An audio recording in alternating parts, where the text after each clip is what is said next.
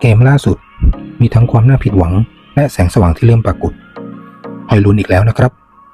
แมนยูแพ้วูฟขาบ้าน0-1ฟอร์มรวมๆยังน่าเป็นห่วงเหมือนเดิมแต่ที่แฟนผีเริ่มพูดถึงกันเยอะขึ้นคือเด็กผีรุ่นใหม่ที่อโมริมเริ่มดันขึ้นมาทีละคนล่าสุดหอยลุ้นยิงไม่ได้มา8 นัดติดต่อแล้วครับทั้งซีซั่นยิงไปเพียงแค่3 ลูกจาก28 เกมในพรีเมียร์ลีกแฟนบอลเริ่มตั้งคำถามหรือเขายังต้องการพาร์ทเนอร์ในฝันหรืออาจจะไม่เหมาะกับบทบาทหน้าเป้าเดียวจริงๆขณะที่อีกมุมอโมริมเริ่มขยับทีมแล้วให้โอกาสเด็กจากอะคาเดมี่โดยมีชื่อดาวรุ่งอย่างแฮร์รี่อาร์มัสไทเลอร์เฟริกชันชิโดโอบีแม้ทีมชุดใหญ่ยังไม่นิ่งแต่พลังเด็กผีกำลังมานะครับ